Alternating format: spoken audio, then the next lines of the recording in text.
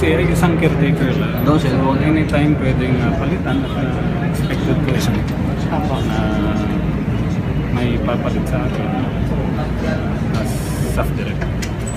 How do you feel about this? Okay lang sa akin kasi sabi ko yung classmate ko yung papalit at dati rin sa trooper, naging chief of staff siya dito na welcome siya dito sa staff.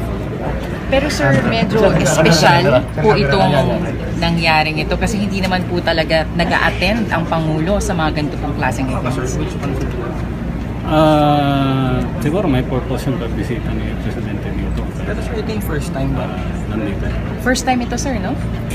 Pagkakaalam niyo po. As far as I am concerned, first time.